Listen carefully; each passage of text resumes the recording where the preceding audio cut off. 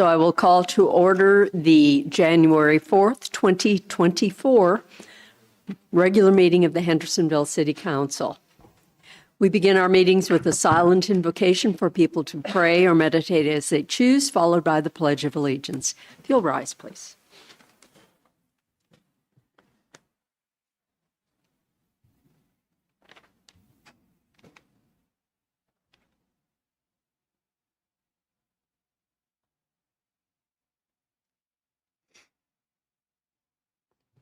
Join me in the pledge. I Pledge allegiance to the flag of the United States of America and to the republic for which it stands, one nation under God, indivisible, with liberty and justice for all. Thank you. We have 7 people signed up in person for public comment. Is there anyone online seeking recognition for public comment? No, Madam Mayor. Okay. In that case, let's say about 2.5 minutes for each comment. When I call your name, if you will come to the microphone, give your name and address for the clerk's record, please. We would appreciate that. First of all, Eva Ritchie.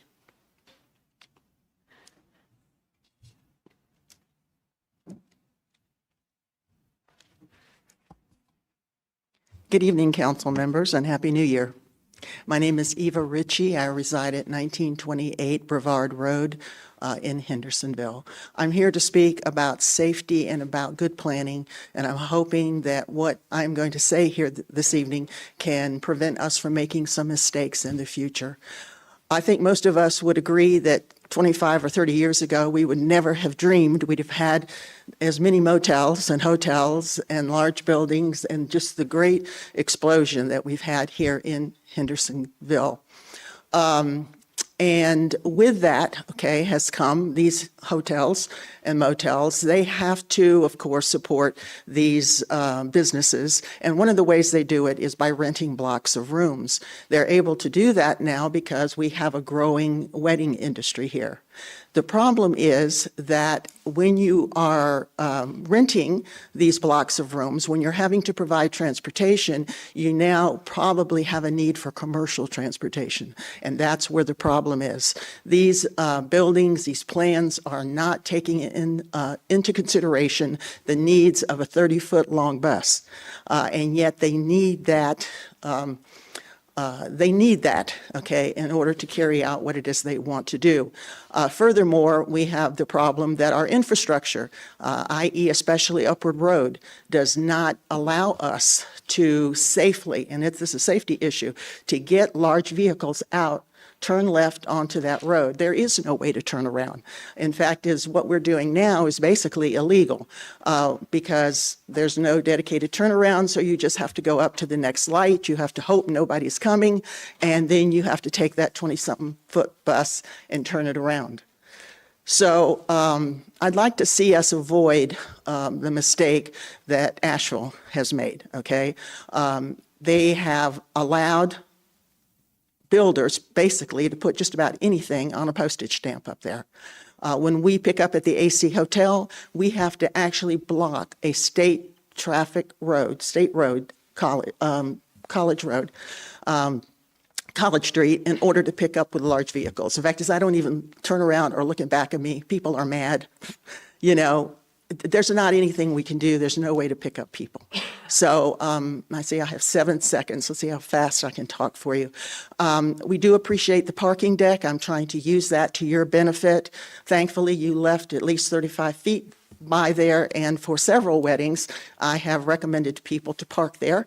It's a lovely parking place. We can pull right alongside, and we pick you up, and then we take you back to the parking deck, and it's a convenience, and of course, it helps you with your income as well. So I'd like you to take a look at these buildings that are being built, okay? If someone wants to talk to me about it, I can go with you hotel by hotel, and I can tell you why we can't get a bus in there, we can't get it out safely, we can't turn it around, and this can be changed.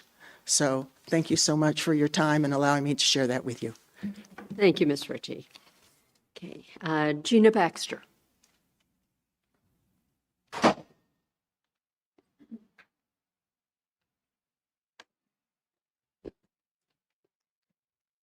Hey, Gina Baxter, 606 Hebron Road, Hendersonville. First, I want to thank y'all for all the work that you do for the community, and thanks for letting me have a minute. I've been working on public comment about an affordable housing steering committee for a couple months now. So when I saw it on the agenda tonight, I was excited to get to talk about it. A while back, I was able to meet with the folks from the Government Affairs Committee of the Builders Association of the Blue Ridge Mountains. And when I told them what we've seen in Hendersonville, which I think can be categorized pretty objectively as a housing crisis, they suggested this type of steering committee.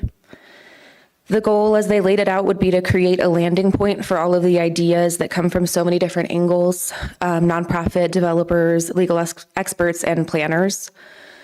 And my hope is that the subcommittee would focus on ensuring that folks from all walks of life are heard.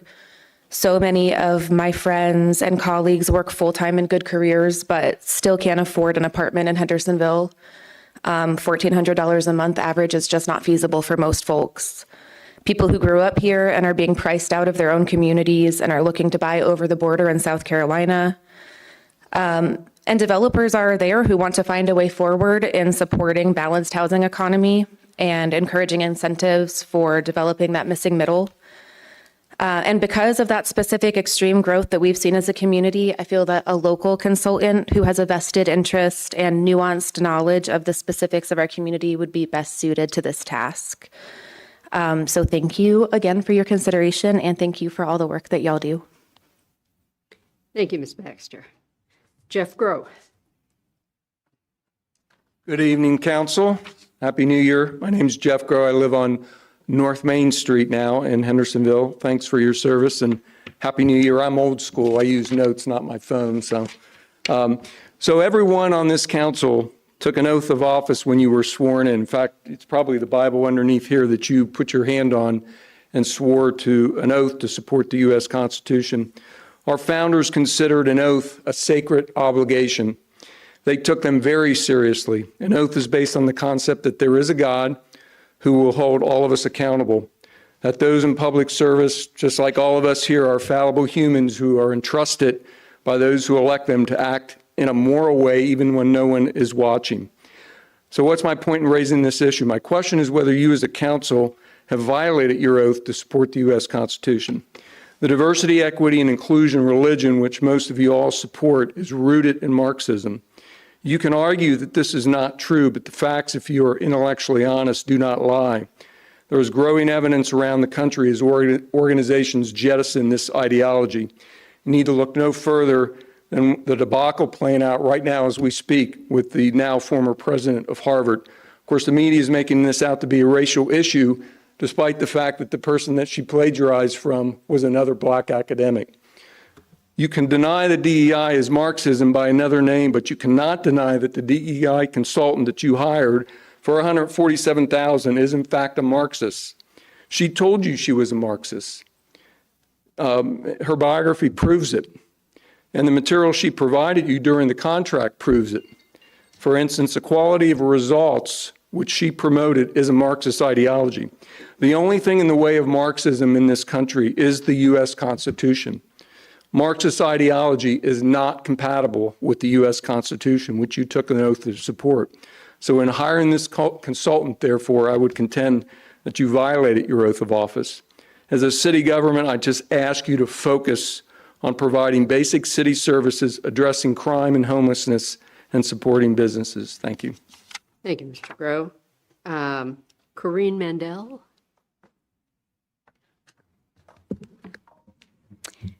My name is Corinne Mandel, and I live on North Main Street. Good evening, Council, and thank you for your service. And Happy New Year. Speaking of real problems, I would like to address a presentation on homelessness given at the October 2023 Council meeting. About 18 months ago, a homeless man, well known to the local police, attempted to break into my house at 3 a.m. They found and questioned him, and then I filed a complaint against him. After 5 court dates, he was found incompetent to stand trial. The homeless problem is very real to me. It is a difficult problem, and I appreciate the city's attempt to address it. No one wants Hendersonville to have the same magnitude of problems that other cities are experiencing. Yet, on New Year's Eve morning, we found a homeless man in a sleeping bag on a Greenway Park bench. I have never seen that here before. Mayor Volk rightly ended the presentation that I am referring to, stating, "It is a community problem, and it's not something we as a city can solve." That being said, the city does, however, have an obligation to discourage this behavior, not make policy choices that encourage it. Low barrier housing being one potential example. Also during the presentation, there were declarations as if it is settled law that there is a right to homelessness. It begs the question, a right at whose expense? In my case, it was at my expense, to the tune of a loss of 5 work days of wages spent in court and another $1,700 spent on a surveillance system, no trespassing signs, and other protective measures. There is a moral obligation to help the homelessness and with compassion. But let's be clear, the U.S. or state constitution does not guarantee a legal right to homelessness, and using taxpayers' money to possibly enable someone else's life choices is just not right. Rather than wasting tax dollars and council time on the crumbling diversity, equity, and inclusion programs, please focus these resources on the real problems of homelessness in Hendersonville. Thank you. Okay, thank you, Ms. Mandel. Is it Patricia King?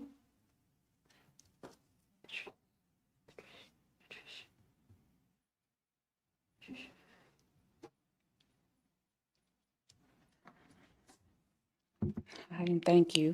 My name is Patricia King, and I live in Candler, North Carolina.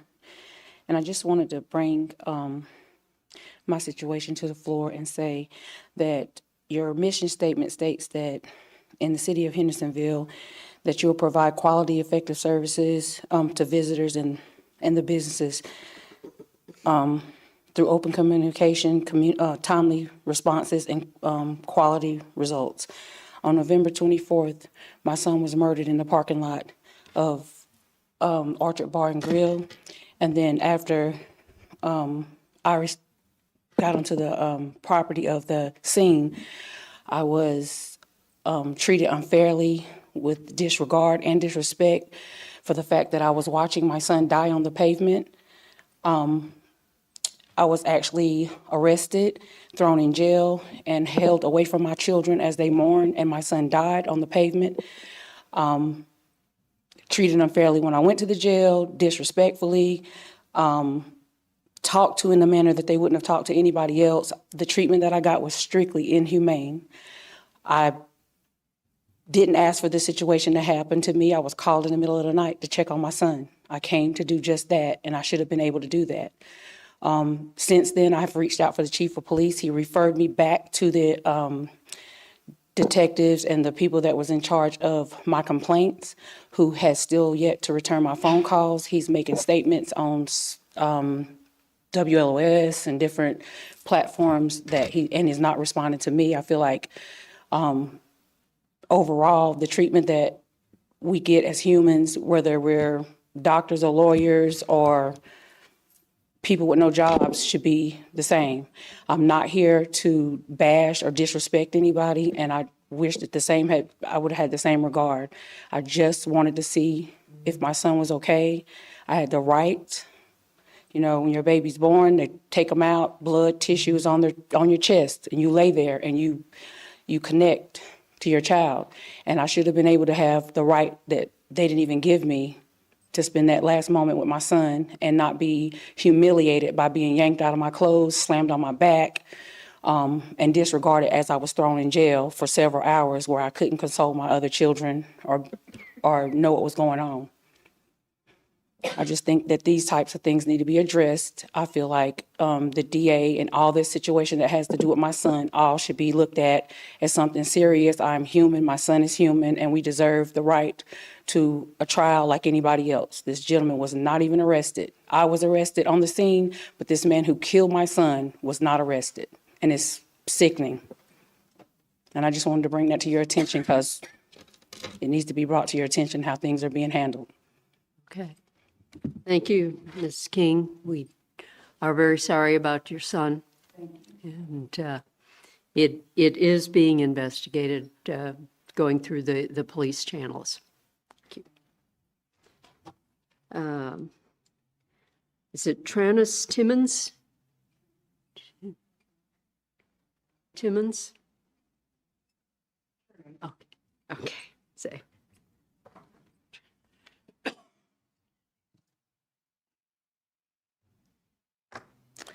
My name is Trinace Timmons. I'm a resident of Asheville. I'm Elijah Timmons' sister, the one that was killed the day after Thanksgiving. And I just wanted to kind of make a statement on basically the police work that was done in the investigation, which I know is still open or whatever, but just how my family don't feel like we can really reach out to the police and really kind of get the help that we need or the justice that we deserve for my brother. Not all the police officers were really like that, but it was a lot of them there on the scene that really mistreated my family while we were there. And I just want justice for my brother. That's all I'm here for, is to get justice for my brother, get the word out for my brother, because I just feel like his case should have been handled way better than what it was handled.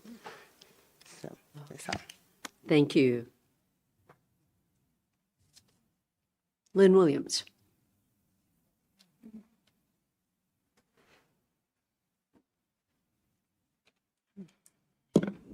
Wow. Lynn Williams, Chadwick Avenue. First, I want to start with a moment of silence for your brother.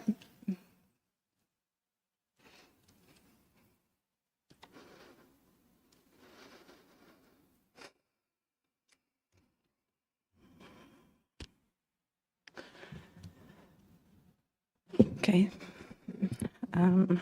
Right. It's really kind of hard to follow. I want to say, of course, we want justice for him. So please listen to this family and give them the help they need. Thank you. Okay. I'm here to speak about farmland preservation. I believe I might have spoke on this topic last month. I spoke with the head of the farmland preservation with the state of North Carolina Department of Agriculture at a local event that he was attending, and asked the question when they were talking about farmland preservation about, how do you ensure that the way the county has the comprehensive plan laid out for farmland preservation, how do you ensure that that's respected by the city with annexation? And the response was that you utilize MOUs, Memorandum of Understanding. And so I wanted to suggest this. I did go before the county commission on Tuesday and request the same thing in regards on a front for the entire comp plan, utilize MOUs for shared planning on both the 2045 comp plans for farmland preservation, natural resources, and protecting Hendersonville's publicly owned water infrastructure and assets. I had a couple concerns regarding some of the public meeting notifications. We used to get the agendas for city council meetings more than a week out. Then it was a week out. This time it was only posted yesterday, so that makes it really hard to prepare in advance for what to present on, especially when it comes to public hearings. You request that photographs and digital evidence is submitted on the Tuesday prior to the meeting, but if you only post the agenda on the Wednesday, there's no way to meet that time window. And so if you look at the planning board meeting next week for the project at 715 Greenville Highway, that was maybe just posted today. So that gives us 4 days to look at the plan and respond in time for the planning board. So I'd ask for the consideration of extending the time for response on 715 Greenville Highway. And the last thing was on the consent agenda, item D, about the utility agreement with Ingalls at 140. I would just, just ask Ingalls if they could continue to work with Charlie's Angels next door, the animal shelter, to make it just a nice place for the shelter residents to live, as well as they remove all the trees and everything on that site. Thank you. Thank you, Ms. Wilkins. All right, that ends the public comment. First item of business is consideration of the agenda. Is there anything anyone would like to have added to or removed from the agenda? I just have a request for a matter of public record. Can the city respond to what we are statutorily required to do as far as posting of meetings and agendas? And So- how we go about doing that? Just So- to clarify any misfacts. Yes, so I think we would have posted the agenda last Thursday or Friday when it was mailed to the city council. So it would have been, because when we published it, it would have gone typically 1 week ahead. So it was done last Thursday or Friday. And then yesterday, we would have uploaded it again with the revised agenda. So we definitely do that Wednesday beforehand. So we don't, we publish it a week ahead of time. So that's when it's there. And the reason we want the documents ahead of time for our meetings, typically Tuesday before, so we have time to make sure we have the right format so it can be presented. So that is when we're publishing the agenda. The council gets it at the same time, and Madam Clerk, if you want to address that. Yeah, I just wanted to say too that sometimes you might see that the agenda gets unpublished between Friday and Wednesday, and that's because if we make any changes or additions to the agenda, I have to unpublish it, make those changes, and then republish it. You may have caught it in that, but it does get posted Friday when it gets sent to council, and it's there for everyone to see. And then we redo it typically on Wednesday, do a final agenda, and it goes back out. So, or it goes back up. Yeah, and it just, from a purely legal standpoint, there's really, for a regular city council meeting, the only requirement is to publish the schedule of regular meetings when it's adopted once a year. So there's really, for a regular city council meeting, no legal requirement to post any agenda at all. Thank you. Of course, but yeah. Okay, thank you. The agenda, anything anyone would like to have changed on that, or motion to approve the agenda as presented? Madam Mayor, I move that the city council approve the agenda as presented. Is there any discussion? Not. Those in favor of approving the agenda as presented, say aye. Aye. Those opposed, say no. Ayes have it. Motion passes, and we have our agenda. Consent agenda, is there anything anyone would like to have moved from the consent agenda to the regular agenda so it can be discussed? Or if not, a motion to approve the consent agenda? Madam Mayor, I move that City Council approve the consent agenda as presented. Is there any discussion? Not. Those in favor of the approving the consent agenda as presented, say aye. Aye. Those opposed, say no. Ayes have it. The motion passes, and we have approved all of those items. Right. Presentations. Chief Myhand, an awarding of a badge and service sidearm. You will come forward and do that.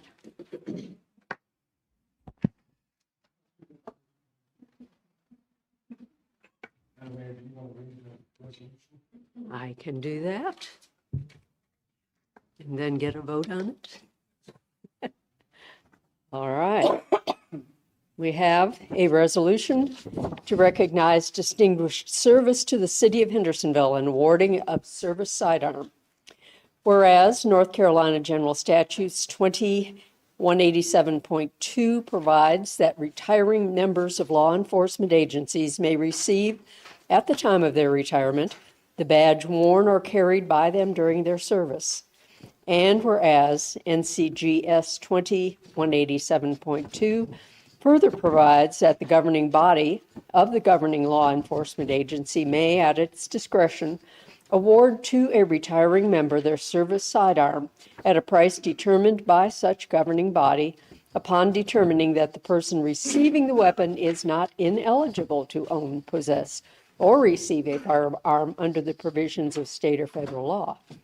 And whereas the City of Hendersonville hereby recognizes 27 years of distinguished service as a law enforcement officer and 20 years total as an employee by Captain Dale Jude Patton for the City of Hendersonville and its residents.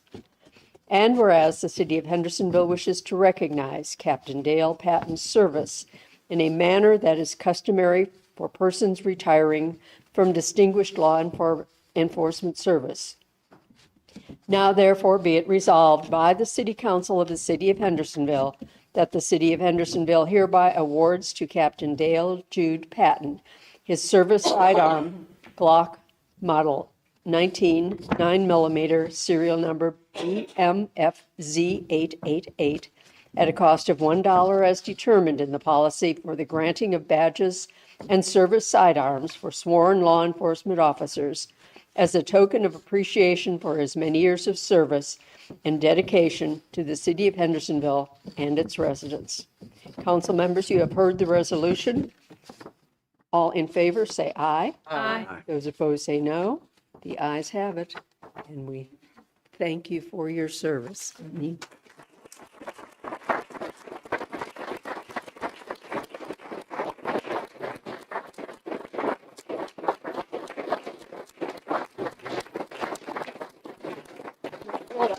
No, I don't take money.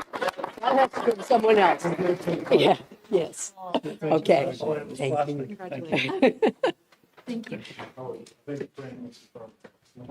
Yeah.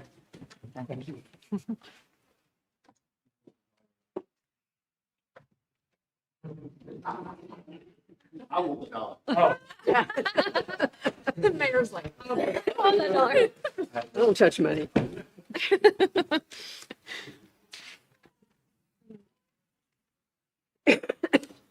All right. Oh, all right. Next is a presentation on public rail passenger service to Western North Carolina. We have Mr. Meek, whom we know, and Martin Wheeler. You would come forward.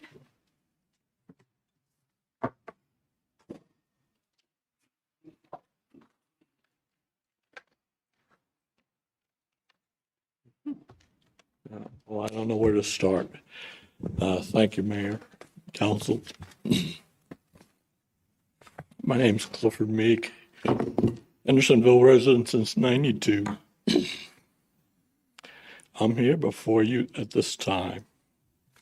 Try to explain what I've been trying to do this past year in the way of bringing passenger rail service to Western North Carolina. It's a long, convoluted situation and process. This all started with the idea of President Biden and his bipartisan infrastructure bill that passed Congress that gave Amtrak the authority to improve and expand their service. I'd like to see this rail line through Hendersonville be included. It qualifies because this line goes from Asheville to Spartanburg. Spartanburg has Amtrak service, and that's one of the criteria for expansion, to expand from a place that has Amtrak service. I'm not very good at this. As such, there's a little process involved, including the Federal Railroad Administration, which guides Amtrak on how to expand. I asked my council to apply to the FRA at the last meeting.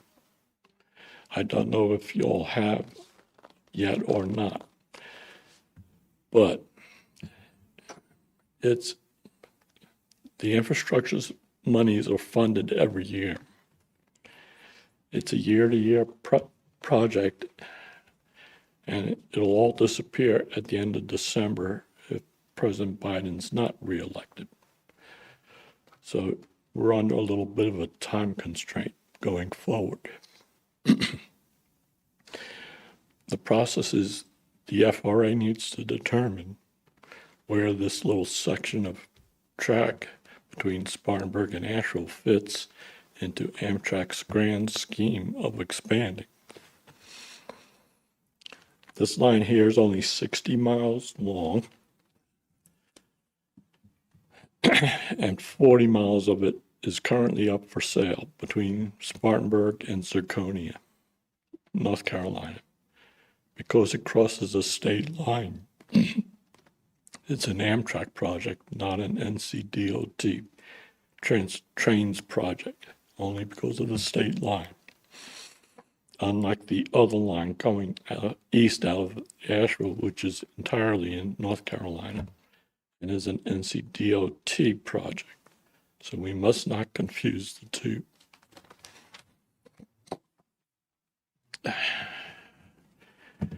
Our representative,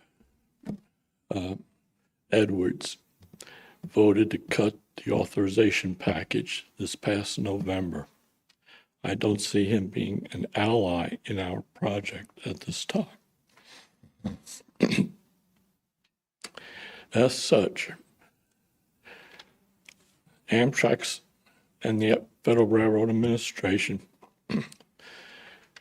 have come to an agreement in which Amtrak will expand using previous railroad passenger lines that are no longer in existence.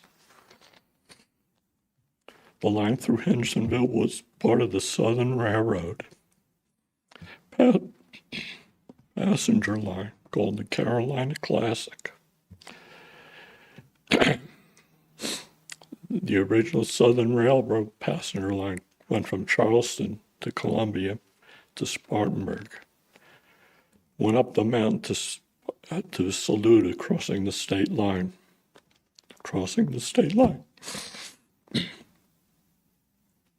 onto Hendersonville, Fletcher, onto Asheville. Excuse me. Once in Asheville, it continued. It got combined with another train from the eastern North Carolina, got combined in Asheville to continue on west to Knoxville, then up to Kentucky, terminated in Cincinnati, Charleston to Cincinnati. Took 25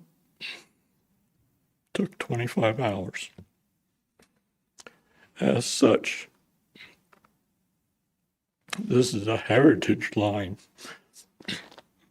for Amtrak's purposes. It qualifies.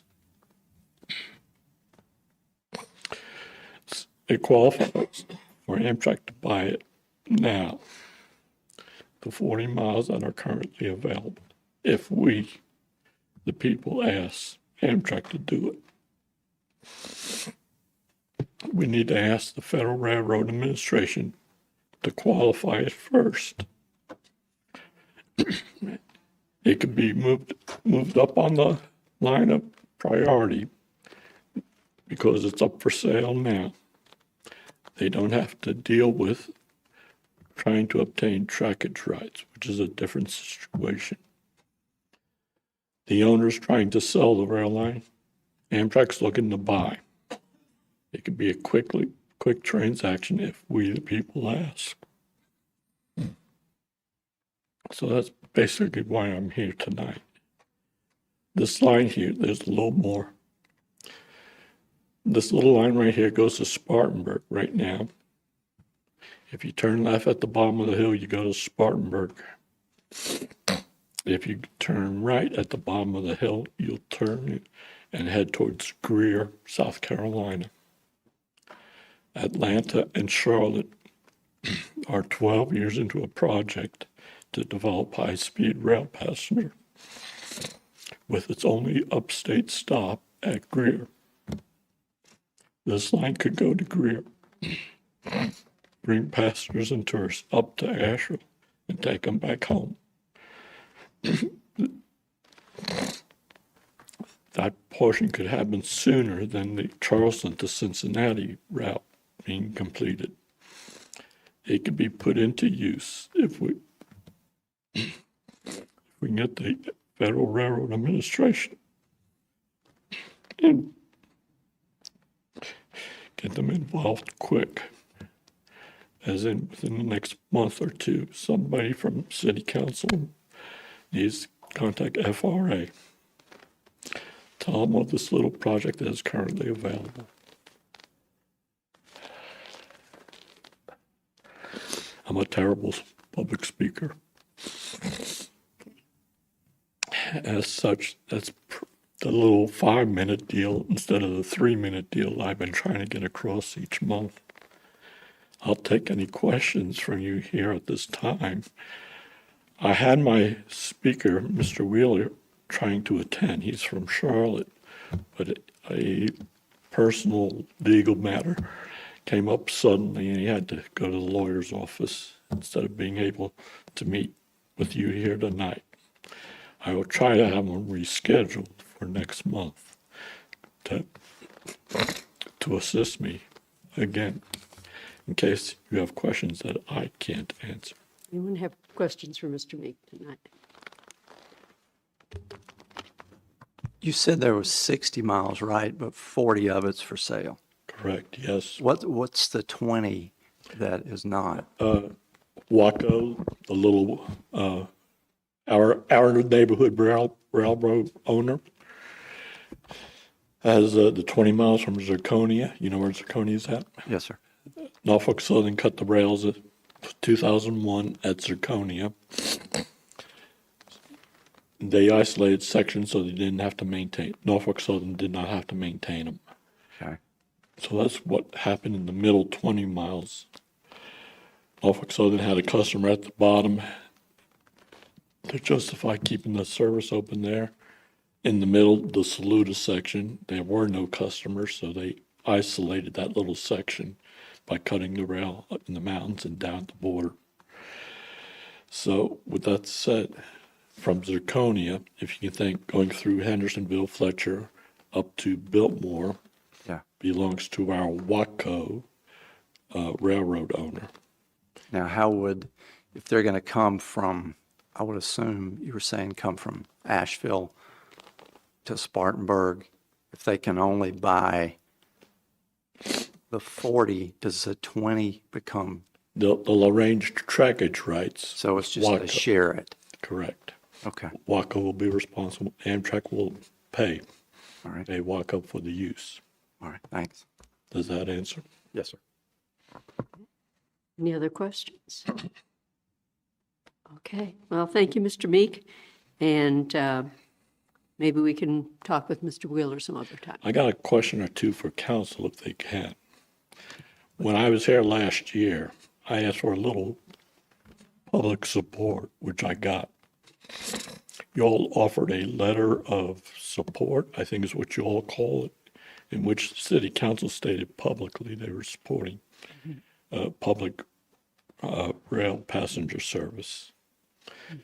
Unbeknownst to me, at that time, city council took it upon themselves to issue a copy over to NCDOT Trains Department and also to our federal representative. I believe that would have been Edwards at that time. And my question is, did either of them get back to you as into guidance once you notified them of our intent here last year? Did anybody contact city council? The letter that, so the letter that we issued, the resolution supporting the passenger rail, was the direct line from Asheville to Raleigh. That was what we issued in support of, and that was done through the MPO, the French Broad MPO. And So we actually met, the French Broad MPO, the director and I met with Chuck Edwards at the beginning of maybe middle or end of November.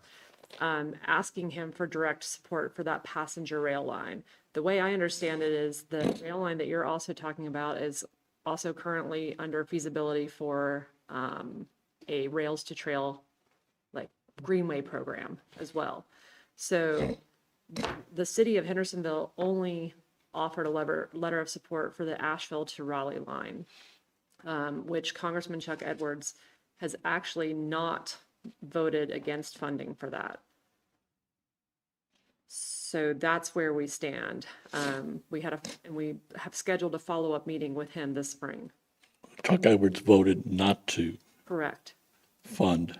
No, he has not put any funding or vote with the funding for that passenger rail. What was it he did in November?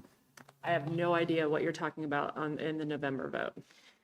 I'm unaware of anything in regards to anything with passenger rail and him voting against it. Well, I'm seeing on his website that the wording was whether to support funding infrastructure projects. Or, excuse me, the way it was worded, to cut funding for infrastructure projects, and he voted for it, is the way I see it on his webpage. So the funding for the passenger rail already funded. So that feasibility study was already granted. So that money cannot be taken back at this point. It's already been granted through the MPO and the state to do a feasibility for that rail line. So that money has not been cut. That's for their rail line. That's for the Asheville to Salisbury line.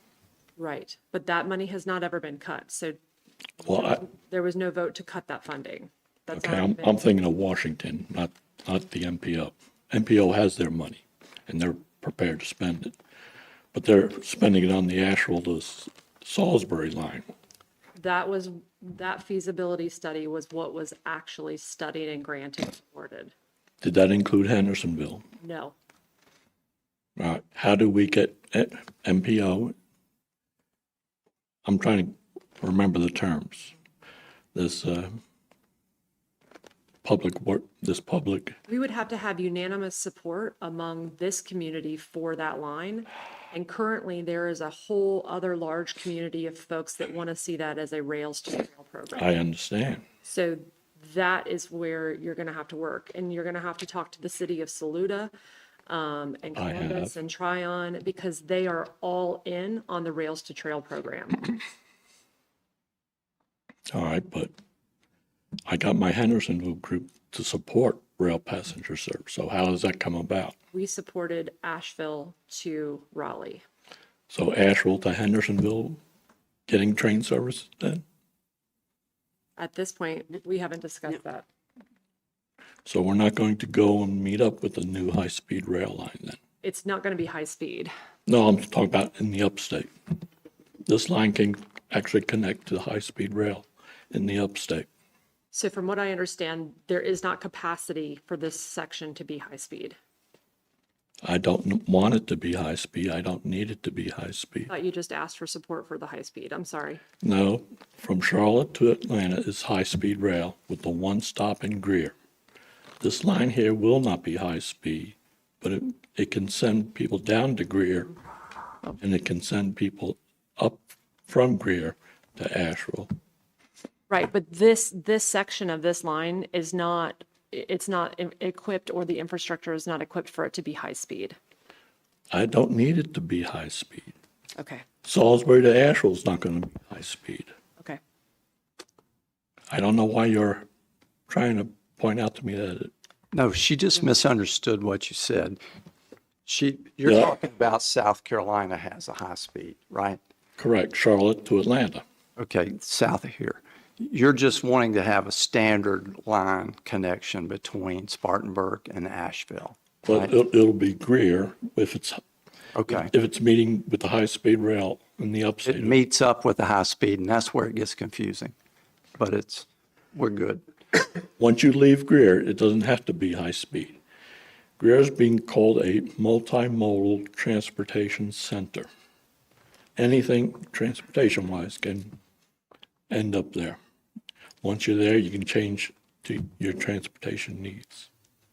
Does that make sense? Yes, I completely understand the lines. Okay. I didn't All mean to right. infer that it was high speed. I didn't think I mentioned high speed on this line at all.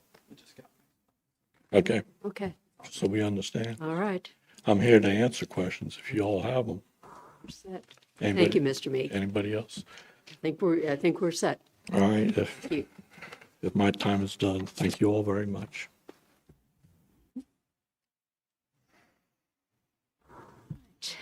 We have one public hearing this evening. It's an annexation for Lakewood. Mr. Matley. Yes, good evening. Good evening. Happy New Year. Good to see everyone.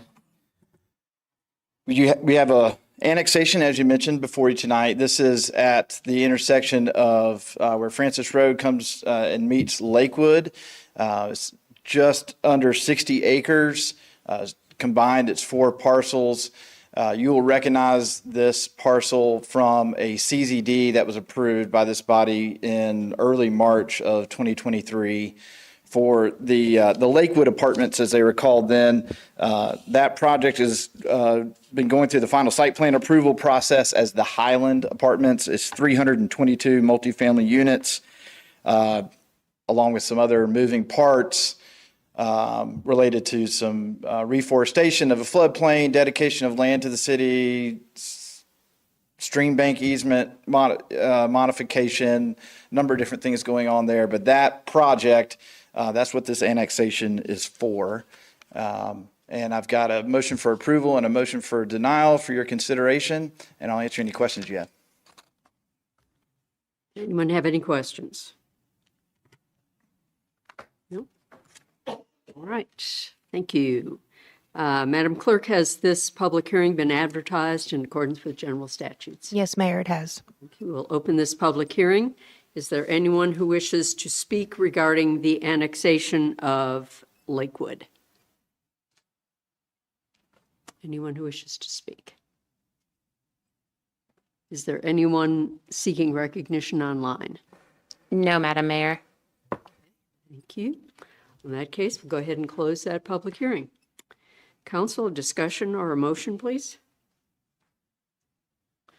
Madam Mayor, I move the City Council adopt an ordinance of the City of Hendersonville to extend the corporate limits of the city as a contiguous annexation to annex that property owned by Lakewood Hendersonville LLC, identified as pins 9579-38, 2595, 9579-39-2060, 9579-29-0718, and 9579-19-2770, finding that the standards established by the North Carolina General Statute 168-31 have been satisfied, and that the annexation is in the best interest of the city.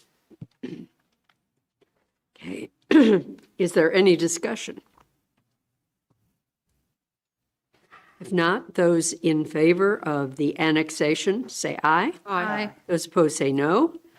Ayes have it, motion carries, and that property has been annexed. Thank you, Mr. Manley.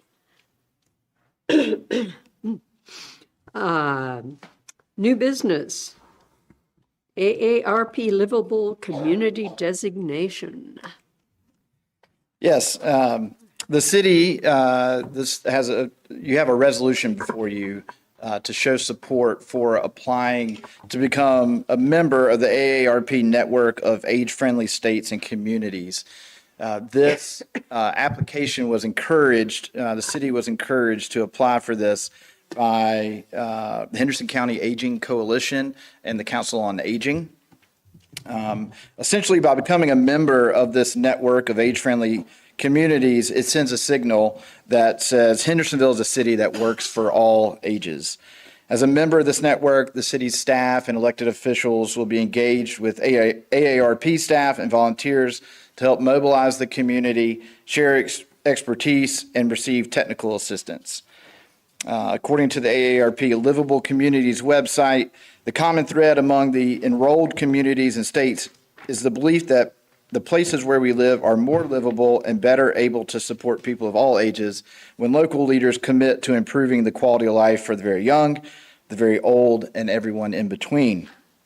AARP engages with elected officials partner organizations, and local leaders to guide communities through the age-friendly networks assessment, planning, implementation, and evaluation processes. This work is hands-on and it's determined locally. And so we can engage in those things as we choose. People of all ages benefit from the adoption of policies and programs that make neighborhoods walkable, feature transportation options, enable access to key services, provide opportunities to participate in community activities, and support housing that's affordable and adaptable.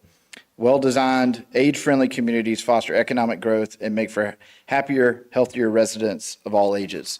And so that kind of sums up the background of the goal behind applying for this designation. And so with that, there are some community partners here that may want to add to some of my statements and show some support for that if you have a few minutes to hear from them as well. Who wants to start? Steve. If you couldn't tell from the hat. All right, there we go. That's not a MAGA hat, that's an AARP hat. Okay, I gave you 6 pages. I will go through them briefly. The first is the 8 domains of an age-friendly community. First, this isn't going to cost you any money. We're not here to give you any money.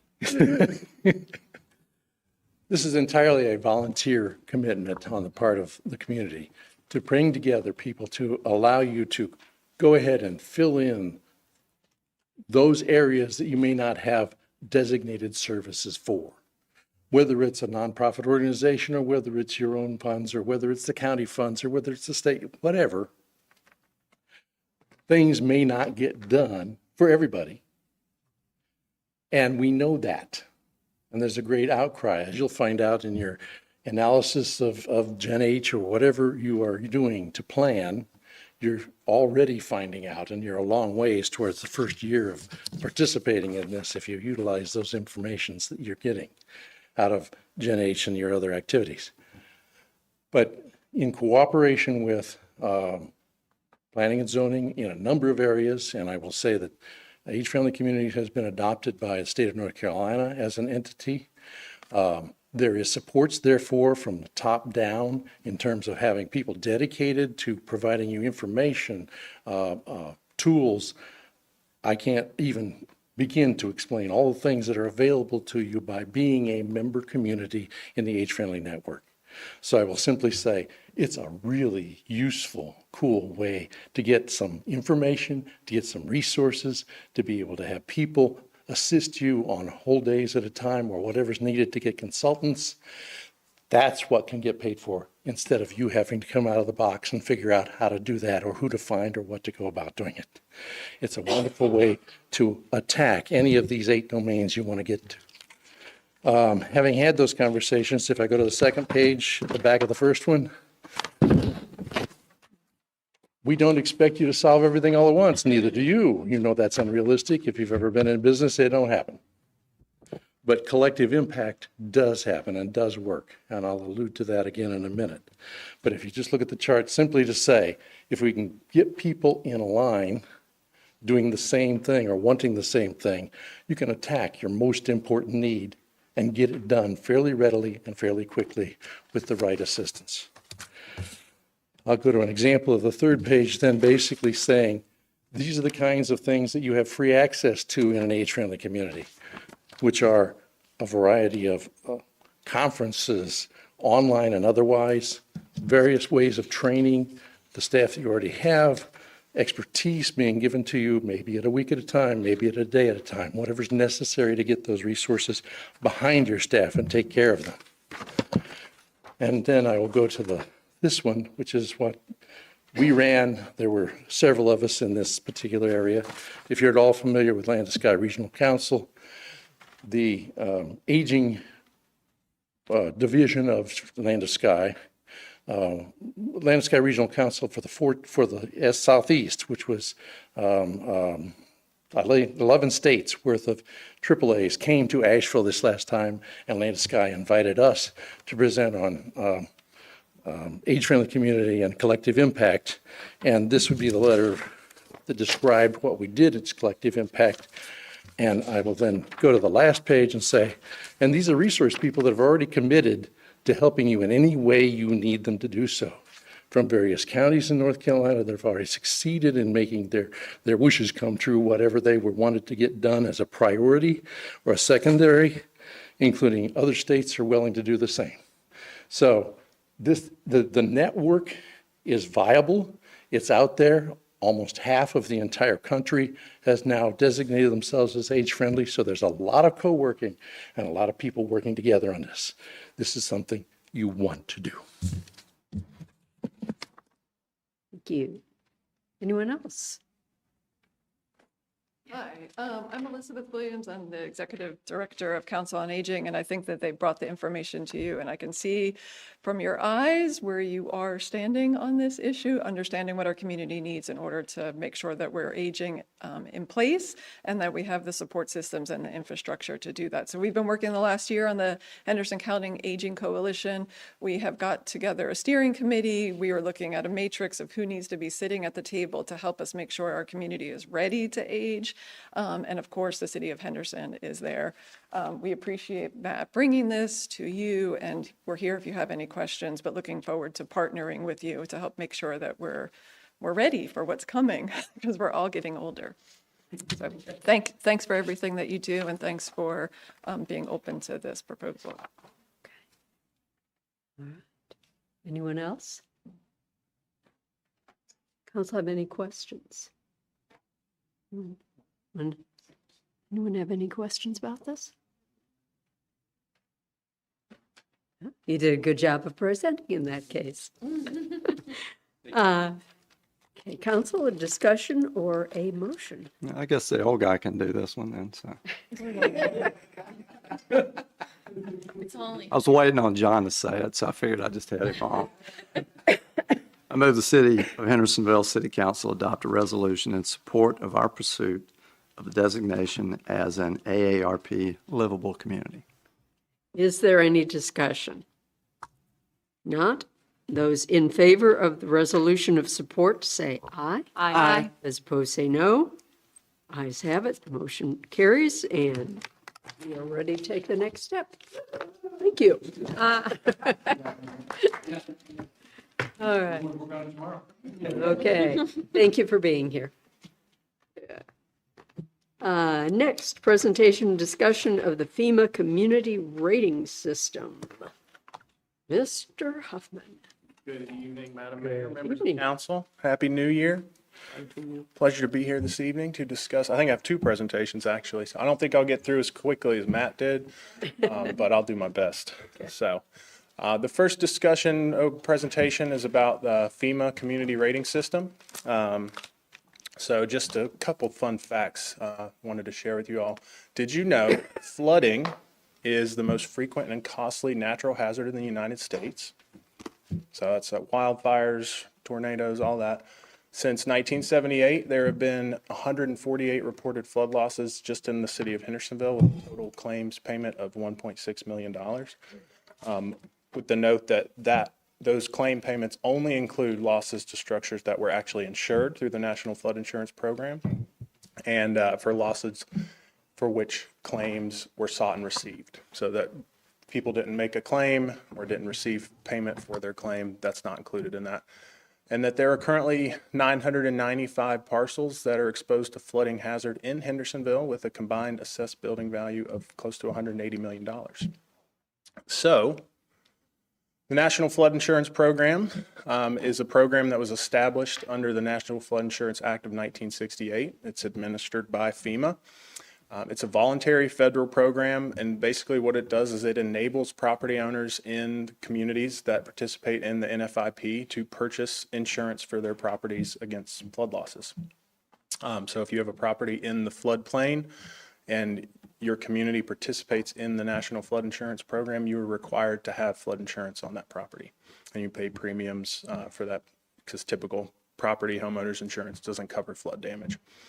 In order to qualify for the National Flood Insurance Program, a community has to adopt and enforce a floodplain management ordinance and regulate development in flood hazard areas, which we do. Most, I think 95% of the communities in the United States are part of the National Flood Insurance Program. So that's kind of the base level. The community rating system is a part of the NFIP, and it is a voluntary incentive program, very similar to our fire classification, the ISO ratings. That congratulations again on the Class 1 rating, very, very impressive. And so what it does is it rewards communities that exceed the national, basically it's exceed the minimum floodplain management standards. And so the goals of this program, that's not from the day after Christmas, but there's a picture of South Grove Street over there by King Street and Caswell. So the goals are, number one, to reduce and avoid flood damage to insurable property in the community. Second, to strengthen and support the insurance aspects of the NFIP. So to make sure, basically try and reduce the losses and reduce the claims that are being made to the NFIP.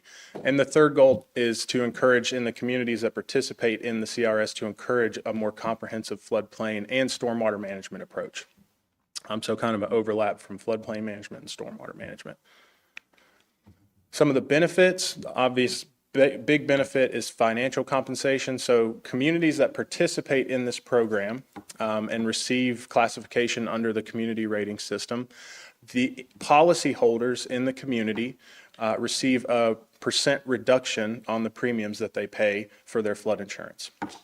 And then it also, through the activities that are credited through the community rating system, it enhances public safety, provides additional environmental protections of our floodplains and flood-prone areas, creates a more safe and resilient community.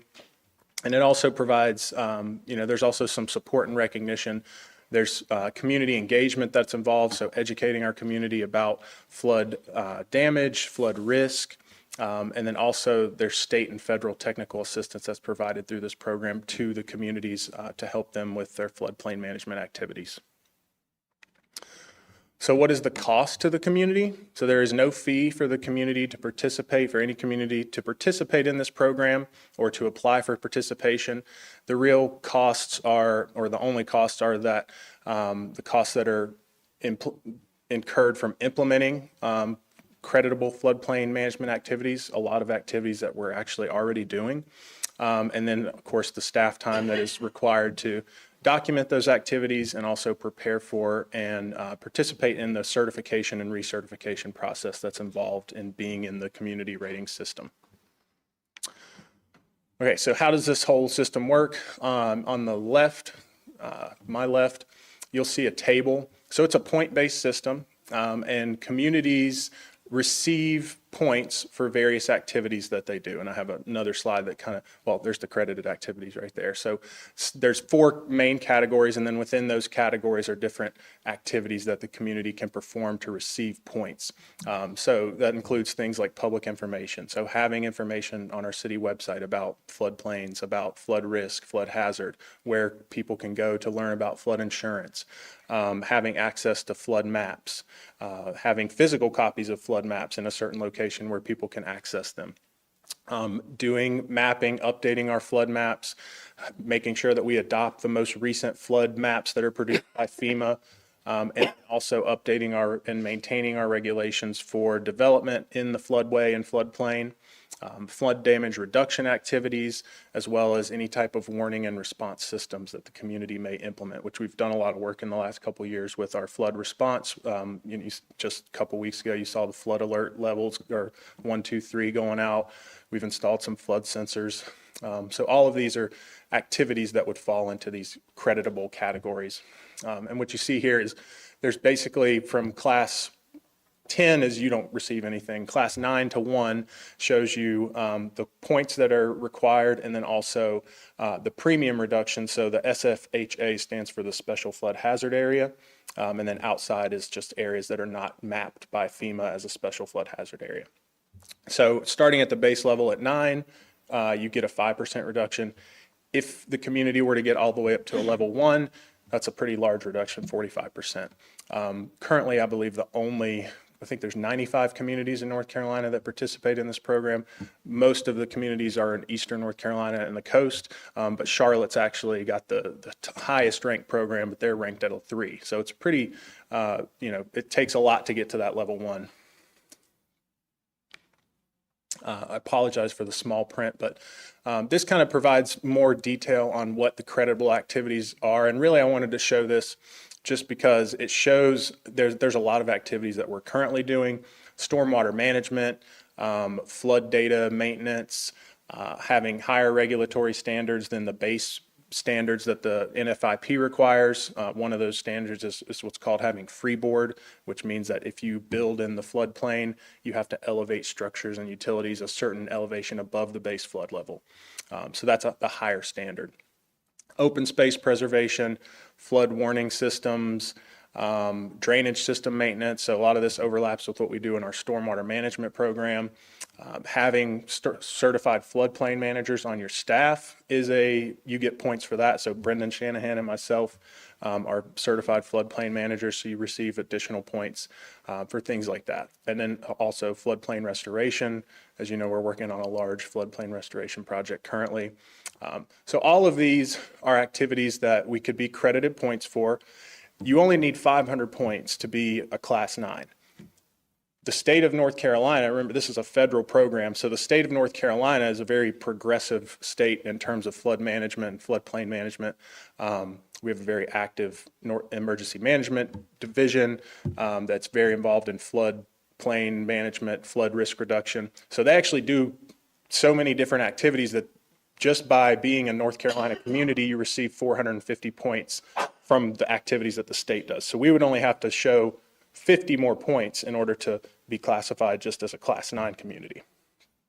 The community requirements, so these are the prerequisites of what's required in order to participate in the program. One is that you've been in a regular phase of the NFIP for 1 year. We've been in the regular phase for 41 years. Be in full compliance with the NFIP. So our last, what's called a community assistance visit, which is basically an audit of your floodplain management program, that was closed out in 2019 when Susan Frady was here. I've spoken to her about getting together and learning more about that process, but we would have to go through a more recent community assistance visit in order just to re-verify that we're still performing all of the minimum NFIP requirements and are in full compliance. So our last CAV, the last CAV, was closed out and we were in full compliance at that time. Second is that you maintain elevation certificates on buildings that are in the special flood hazard area. We do maintain elevation certificates on file. We have to maintain competitive or repetitive loss data. So we have currently around 18 repetitive loss structures in the community, and we maintain data on all of those. You have to maintain flood insurance policies on buildings and facilities that are owned by the city. We don't own a lot of buildings and facilities that are in flood hazard areas. The only one that I could find is a very small portion of the Whitmire Center, like the corner of that building. And then demonstrate enough points to obtain Class 9 certification, which a review of the points that would be credited by the state of North Carolina and the activities that we currently do, we would at least classify as a Class 9.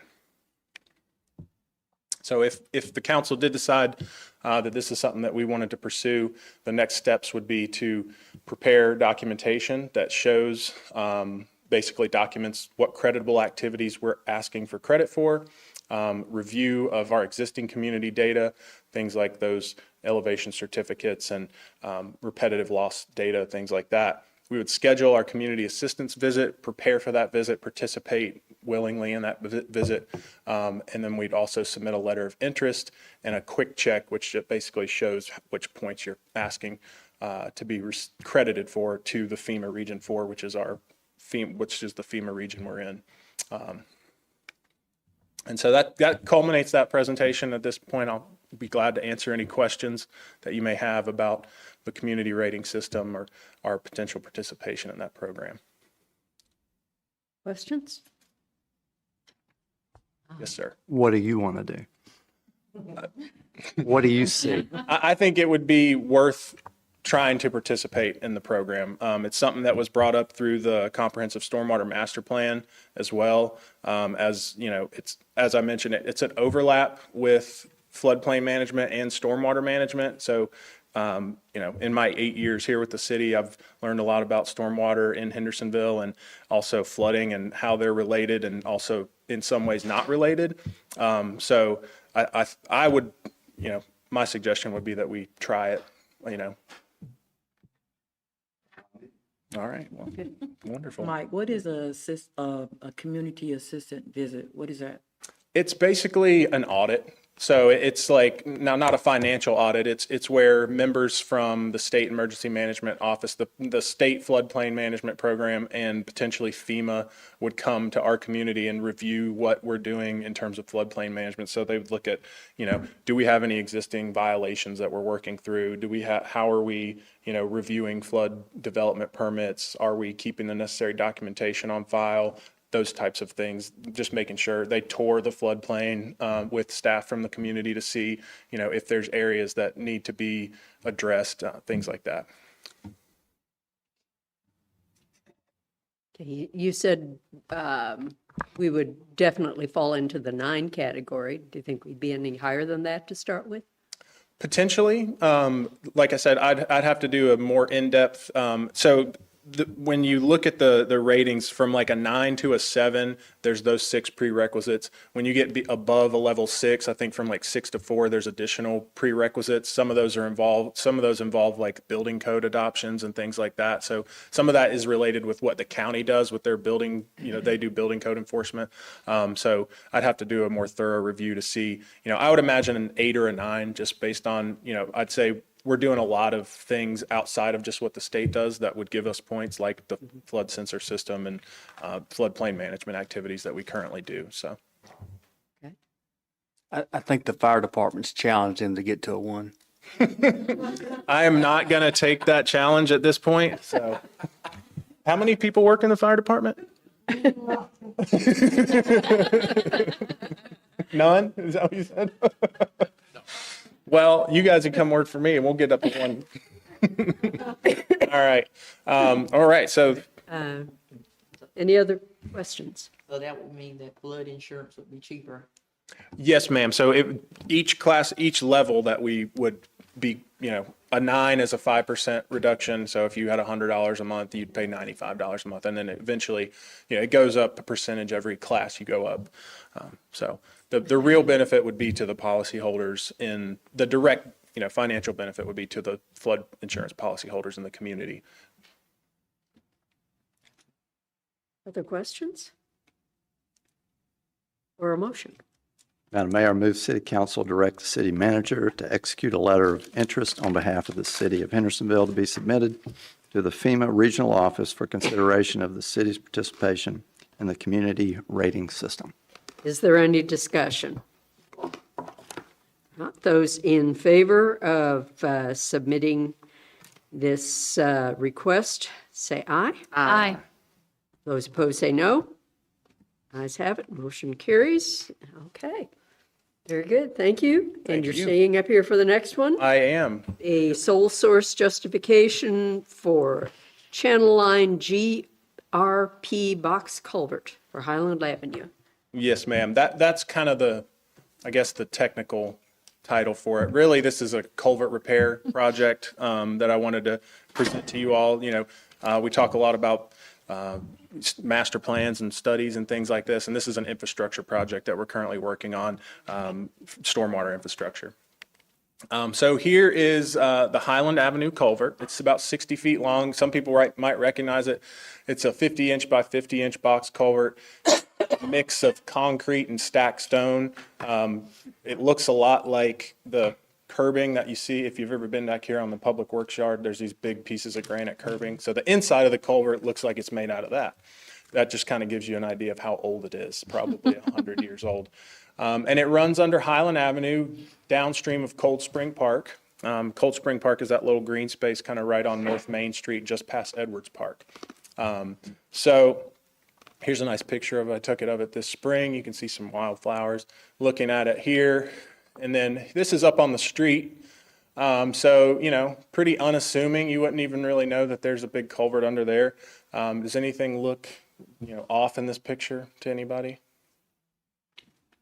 It's falling. A little bit of missing spot with plants, right? So what's going on right here? All right. The picture I just showed you is on the other side of this wall. Okay. Kind of where this thing has a pointer on it. Kind of where that crack is. Okay. So there's the entrance. So, funny story. This was, I believe, Easter weekend last year. My partner's mother lives right there at North Main Street, and I was walking our dog. Decided to walk down Highland Avenue, and I'm walking, and I see this little hole here. And I was like, I wonder what that is. And, so the next day at work, I came back by, and, well, actually, when I was walking, I looked through, and this will give you an idea of kind of what I saw. So looking up, or looking down through that hole, you can see there is a large void space. This is the back of that catch basin right there. So that stone or the brick that you saw is basically the back of the structure. So there's currently nothing underneath this portion of the sidewalk. This is looking into the entrance. The second picture in the middle is looking in the entrance of the culvert. And that basically what happened, as far as I can tell, is that one of the stones cracked in half and fell down, and everything up above it has fallen into the culvert and washed away. And then the next picture on the right, it's a little kind of darkened out. That's looking up the back of this, looking up the back of that catch basin that's dropping into the pipe. So going further, and actually I have another picture. So this is that picture. So if you actually look closely at the second picture, you'll see there's another big crack going right through that next piece of stone. And actually going through every stone through the culvert is a nice large crack. So it's not in good condition currently. So there's kind of two options to repair it. There's the traditional dig it up and replace it. This is about 12 feet underground under Highland Avenue. And then there's also a method that we've had a lot of success with in the past few years, which is called a trenchless method. Basically, you don't do any digging. You insert some type of liner or line the culvert with like concrete or some other material to create a new structure within the existing structure. So the dig and replace option, that would require that we close the road and then obviously repair the road. It's a higher cost option, and there's existing utilities that we would be in conflict with. So there's a 4-inch water line, cast iron water line, and an 8-inch clay sewer line, which tells you it's a very old sewer line. And there could potentially be other utilities like gas lines and things that are crossing over the culvert that we would have to, account for if we dug it up and replaced it. The trenchless method, my preferred method in this case, there's no need to close the roadway. It would avoid any conflict with the existing utilities. It's cost efficient and it's a faster way to repair the culvert. So the next steps based on, our review of the options, the staff's recommendation would be to do the trenchless approach, which is why I've brought the sole source justification here this evening. That liner that we would like to install in it is sold by only one company here in the United States. And so that's what the sole source justification has been submitted for. The next steps will be to purchase the liner, and we've already received bids on the project and are getting ready to move forward with getting under contract with a local contractor to do the work and repair the culvert. So that kind of sums that up, just to give you, the other side of the stormwater picture, not floodplain restoration, but culvert repair. Any questions? I'm happy to answer.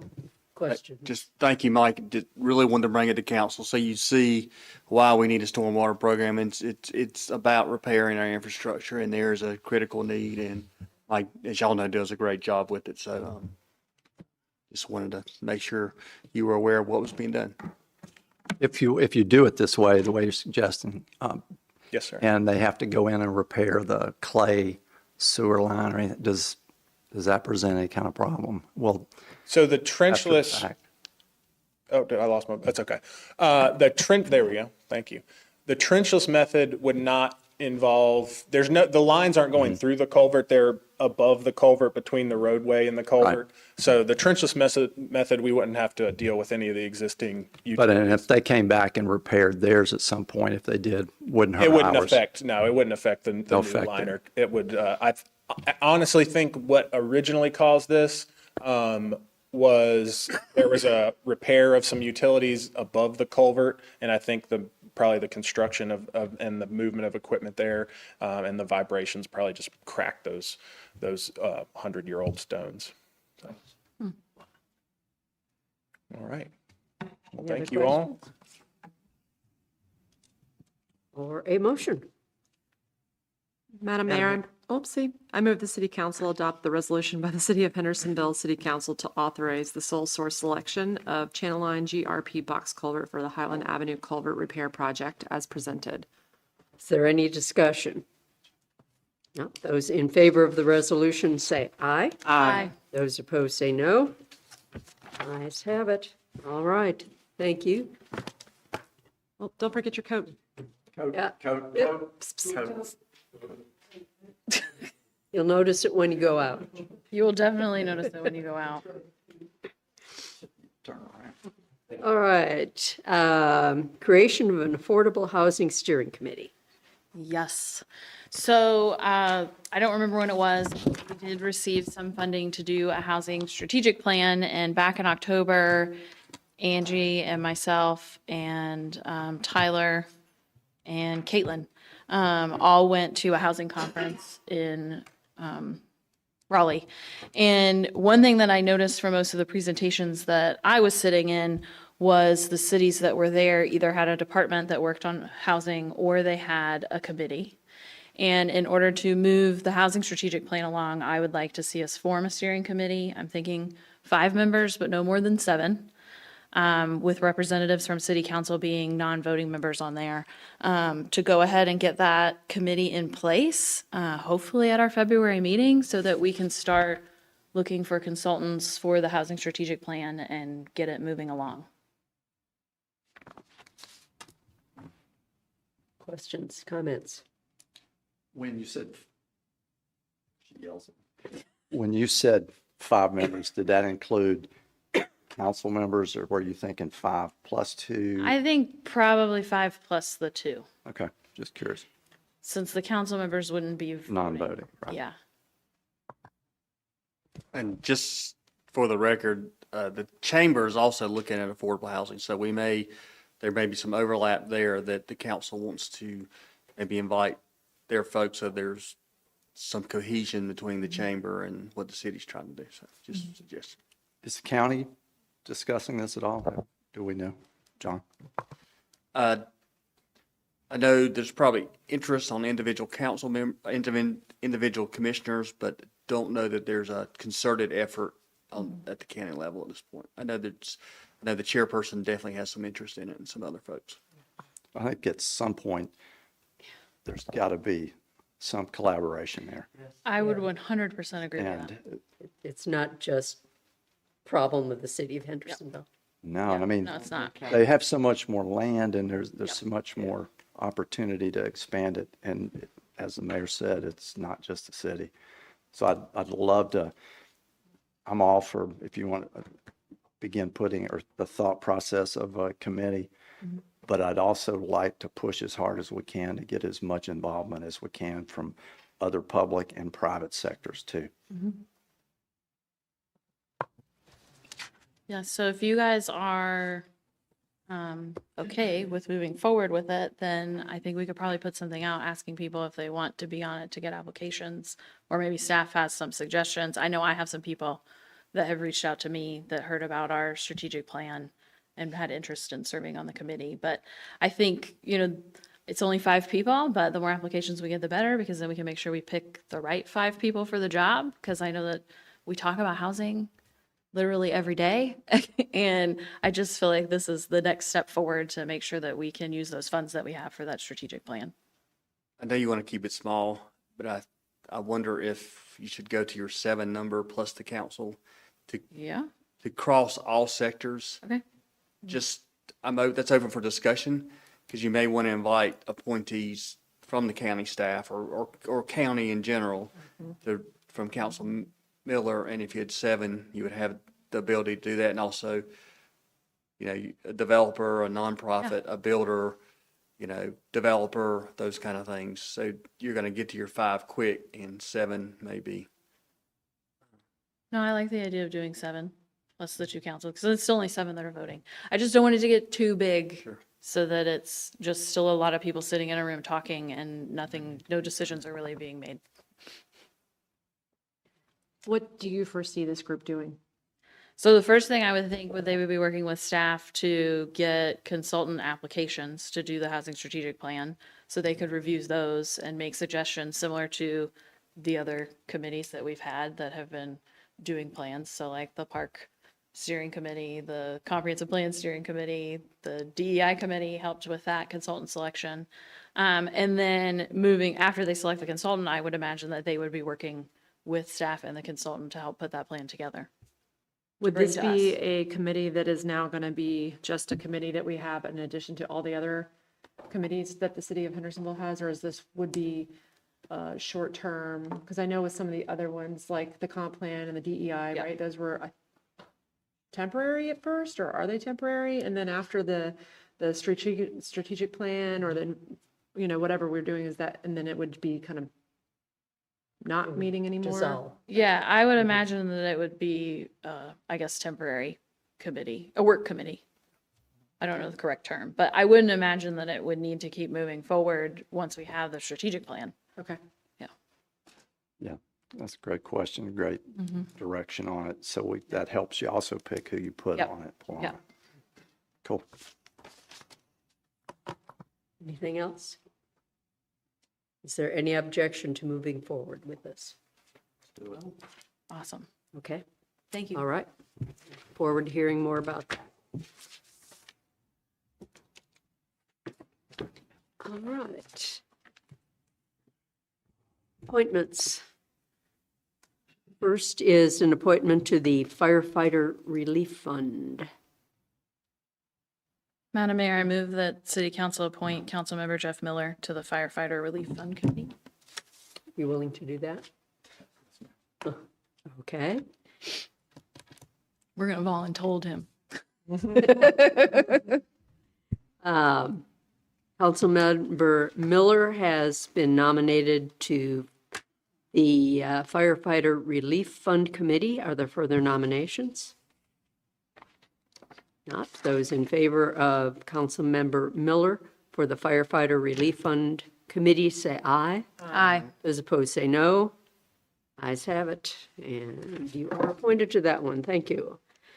Next, we have a couple spots on the Historic Preservation Committee. I guess 2 of them are vacancy terms, one expiring the end of this year, one expiring in 2026. Would anyone like to make a nomination for a slot? Well, let's look at the December 2024 term. Anyone like to make a nomination to that slot?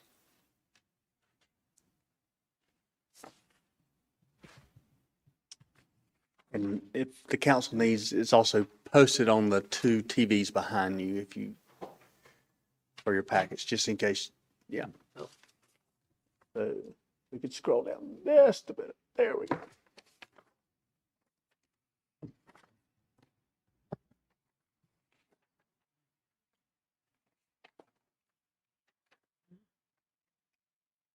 Can I nominate there are- somebody for the 2026? Well, if there are no nominations at this point for the December 2024, let's go on to appointing someone to serve the term expiring in December 2026.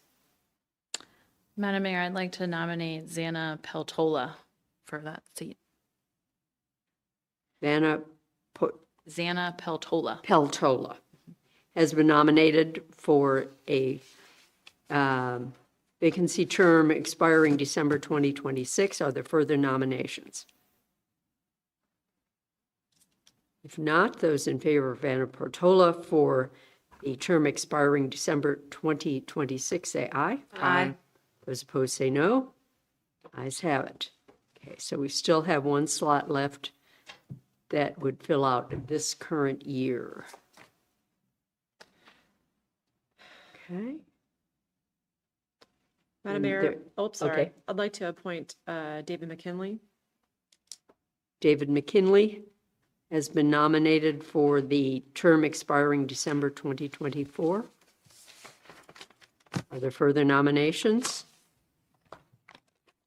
Not. Those in favor of David McKinley for the term expiring December 2024, say aye. Aye. Those opposed, say no.